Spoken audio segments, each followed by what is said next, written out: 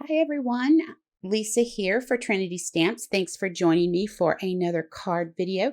Today I'm sharing a very special 100th birthday card with you.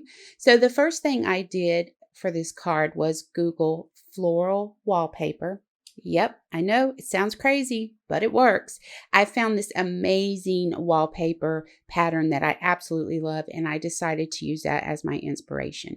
Now I'm going to be using Trinity Stamps Love You Bunches stamps and coordinating dies, and I have a piece of express blended paper in my Misty, and I'm going to stamp this image using Memento Paris Dusk ink, and I'm going to just go ahead and stamp that a couple of times just to make sure that image is nice and crisp before I start coloring on it.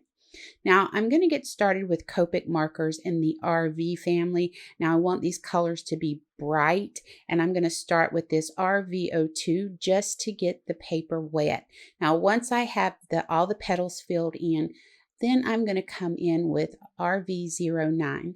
Now the thing about the wallpaper pattern was it wasn't about highlights and lowlights, shading and all of this stuff. It was about defined areas. So you would have a petal that would just have this really sharp line, and it was hot pink. And then, I mean, it was absolutely gorgeous. I love the way it looked. And while mine is not going to be identical to it, I am pulling my inspiration from it. So you're going to see me here adding RV04, RV09. I come in with some black 100. I mean, I'm breaking all the rules here, really. But is that not what crafting is about? So I really went in and colored all the rest of the flowers, the other two flowers there, the same way. I used R24 on that flower to the left there, and then I used R24, R29, R59, and also 100. Then the little orange flower there on the top, I used the YR09, YR07, and YR04. Plus, I come in and do add a little bit of that black 100 and just a little bit later in the video. Now, the leaves on the this paper, it had these bright, beautiful green leaves, and they had like little tiny brown dots all over the tips of them. It was so pretty. So that's what I did with the leaves there. The big leaves, I started with Y21. I colored the whole leaf. Then I came in with G99 and only colored part of it. And then I came in with E25 and did some little dots, G85, also YG13. Like I was just plucking colors and using them to add tiny little dots. Of course, there was also a little bit of like a turquoise in this, so I decided to create some leaves that are BG18, BG78. And I'm even coming in with brown, the E25 on that, and doing those tiny little dots. I also do everything, all the leaves, not the flowers, but the leaves with black 100, tiny little dots on those too. So I'm going to go ahead and start finishing this up. I'm going to come in, and there's some tiny filler flowers there, and I'm using BG78 and BG18 and BG13 to color those in. I also come in with Y15, I do believe it is, and color the rest of those little filler leaves just to give it a little bit more color. Now, I'm loving the way this looks. I realize this look is not for everyone, but I want you to hang in there because we're actually going to take this back to the Misty and heat emboss it. And I promise you, it makes a world of difference. I absolutely love the way this turned out. So here I am.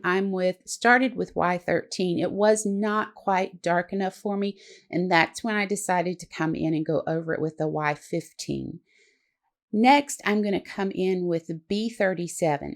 And I'm going to fill in all the little white areas there between the flowers and the leaves, and I am going to go completely around the whole image with that B37. And the reason that I'm doing this is I'm using a navy cardstock for my base, and I want this to blend in to that navy cardstock. So here you can see I've been going around filling in all of that, the little white areas, and tracing around that image.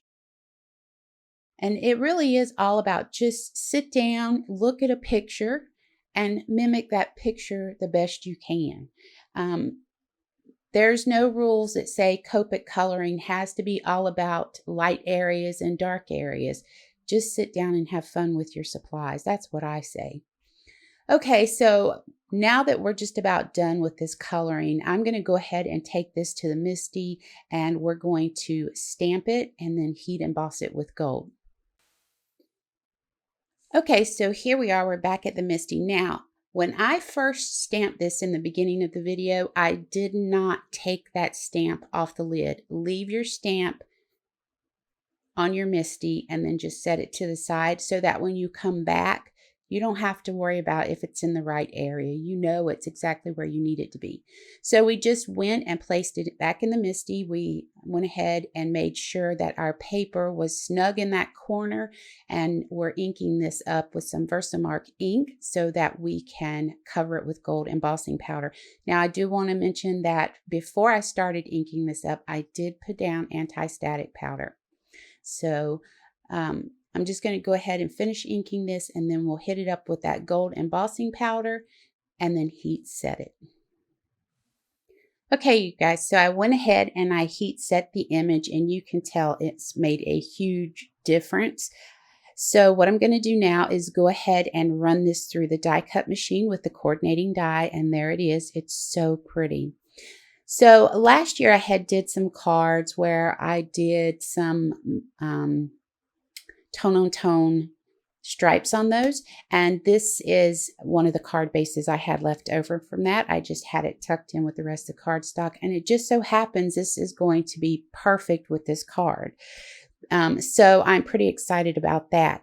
Now I'm going to go ahead and add mounting foam to the back of this and go ahead and pop it up off the front of that, and then we're going to come in with some gold foil stickers, foam stickers, and we're going to put 100 there in that top left corner.